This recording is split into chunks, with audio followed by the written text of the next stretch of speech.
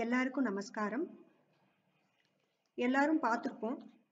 பூரி ஜெகநாதர் ரத யாத்ரா நவகலேபுரம்.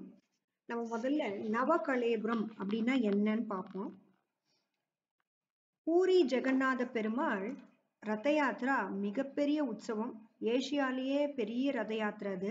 நவகலேபுரம் அப்படின்னா திருமேனி மாற்றுதல். மூலவருக்கு திருமேனியை ஏன் மாத்துறா? மரத்தாலான தாருத்ரூபம், மரத்தாலான வடிவத்தில் திருமேனியை மாற்றுதல். எல்லா கோவில்கள்லயும் மூலவர் கல்லாலான சிலையில இருப்பார்.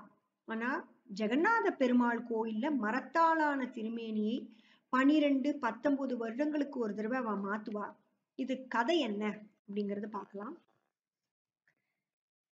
இந்திரத்வம்யன் அப்படிங்கிற ஒரு ராஜா, பெரிய பக்தன்.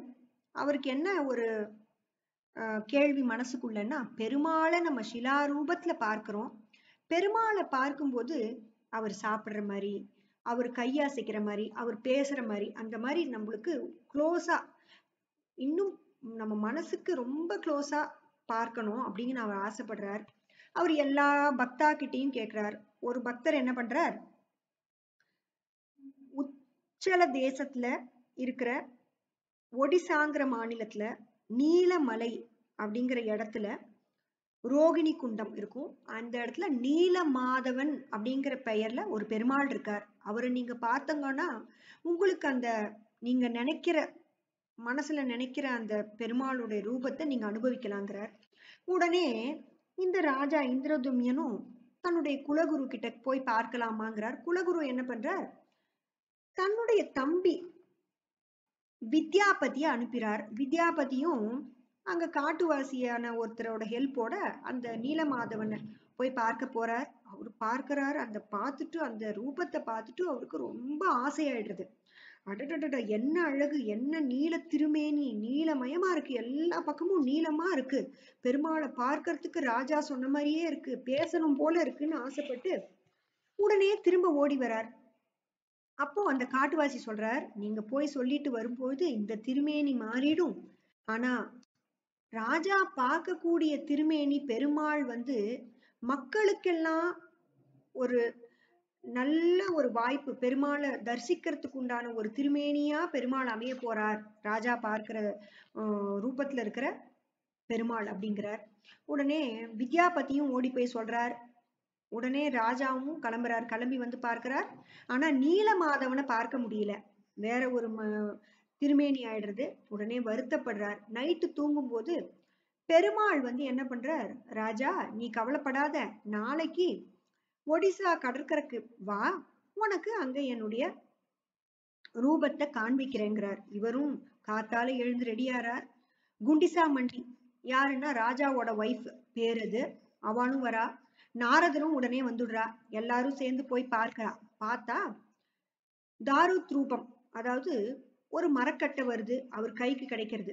அதை எடுத்துக்கிறார். எடுத்துட்ட உடனே அசிரீரி வாக்கு ஒண்ணு வருது, இந்த மரக்கட்டை எடுத்துட்டு போங்கோ, இதுல 15 நாள் கழிச்சு ஒரு தச்சர் வருவார், நீங்க அவரை தொந்தரவு பண்ணக்கூடாது. அந்த தச்சர் என்னுடைய சிலா வடிவத்தை இதை செதுக்குவார், அது வரைக்கும் நீங்க அவரை தொந்தரவு பண்ணக்கூடாது, அவரே எல்லாம் முடிச்சாவிட்டு கதவை திறந்துன்னு வருவாருங்கிறார்.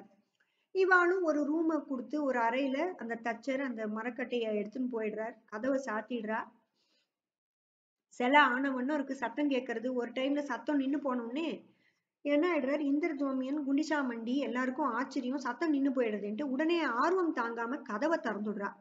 கதவை திறந்தா தச்சர்கள் எல்லாம் இல்ல, மறைஞ்சு போயிடுறா. பெருமாள் மாத்திரம் அசிரீரி வாக்கு கேட்கறது, நான் தான் திறக்க கூடாது கதவேன்னு சொன்னேனே, அப்ப இதுதான் உங்களுக்கு உண்டான பெருமாள், நான் இந்த தர்சனத்துலதான் பெருமாளா இருக்க போறேன் இந்த ஊர்லன்னு சொல்லிடுறார். கவலைப்படாதுங்கன்னு சொல்லிடுறார். அப்போ பூரி ஜெகநாதர் ஆலயத்துல பாத்தீங்கன்னா இப்பவுமே கை பாதியில இருக்கும், கால் ஒரு பாதியில இருக்கும், கண்ணு முழிச்சுண்டு இருக்கும், வாய் பெருசா இருக்கும், எல்லாமே பாதி பாதியா இருக்கும். அந்த பெருமாள் தான் இப்பவும். இது வேப்ப மரத்தாலான பெருமாள். இந்த வேப்ப மரம் எங்க அப்படின்னா இதுக்கு ஒரு நாள் பிக்ஸ் பண்றா. அதாவது திருமேனிய செதுக்கணும் இல்லையா. இது என்னன்னா பூரி மாநிலத்துல இருந்து, அந்த ஊர்ல இருந்து காக்கத்பூர் அப்படிங்கிற ஊர் 40 கிலோமீட்டர்ஸ் தள்ளி இருக்கு. அந்த ஊர்ல போய் ஒரு வேப்ப மரத்தை எடுத்து அத அவ ஒரு டேட் ஃபிக்ஸ் பண்றா. அந்த வேப்ப மரத்தை எடுக்கிறதுக்கு ஆனி மாதத்துல அதிக நாள் வரணும், 2 பௌர்ணமி வரணும். ஏன்னா அதை செதுக்கி சிலாரூபமாக்கி பெருமாள் ஜெகநாதர் புதிய வடிவத்துல உருவாக்கணும். பழைய திருமேனியை எடுத்துட்டு புதிய திருமேனியை பண்ணணும்னா அதுக்கு நாள் தேவைப்படும் இல்லையா? இதையெல்லாம் பண்ணிட்டு அமாவாசை அன்று இரவு, இந்த 2 பௌர்ணமியை முடிச்சு அமாவாசை இரவு அந்த புதிய ஜெகநாத பெருமாள், சுபத்ரா தேவி, பலராமர் 3 பேரையும் எடுத்துட்டு போய் பழைய திருமேனி பக்கத்துல வைக்கிறா. வச்சுட்டு என்ன பண்றா, அவ அந்த பூரி ஊர்ல இருக்கிற எலக்ட்ரிசிட்டி எல்லாம் ஆஃப் பண்ணிடுறா. ஒரு தச்சர் வரார், அவர் கண்ணையும் கட்டிடுறா. அந்த ரூமுக்கு அனுப்புறா. பெருமாள் இருக்கிற ரூமுக்கு அனுப்பி அவரு நாபியில இருக்கிற சாலி கிராமத்தை எடுத்து புதிய திருமேனியில இருக்கிற நாபியில பொருத்துறா. பொருத்தினாவிட்டு பழைய ஓல்டு ஜெகநாதர், சுபத்ரா தேவி, பலராமர் 3 பேரையும் எடுத்துன்னு பூமியில எழுந்தருள பண்ணிடுறா. இதுதான் இதோட சிறப்பு. இதுதான் நவகலேபர உற்சவம் அப்படின்னு பேரு. இந்த நவகலேபர உற்சவம் திருமேனி, அதாவது மரத்தாலான திருமேனியை மாற்றம் பண்றது 12-19 வருஷத்துக்கு ஒரு தடவை தான் ஏற்படும். இந்த பூரி ஜெகநாத பெருமாளோட கதையை எல்லாரும் தெரிஞ்சுக்கணும். பெருமாளோட அனுகிரகத்தை நம்ம பெறணும். நம்மளுக்கும் பெருமாள் பூரி ஜெகநாதர் கோயிலுக்கு போய் பெருமாளை பிரார்த்தனை பண்ற அனுகிரகத்தை நம்ம பெருமாள் நமக்கு கொடுக்கணும்னு அந்த ஜெகநாத பெருமாளையும் சுபத்ரா தேவியும் பலராமரையும் சேவிச்சுக்கிறேன். நமஸ்காரம்.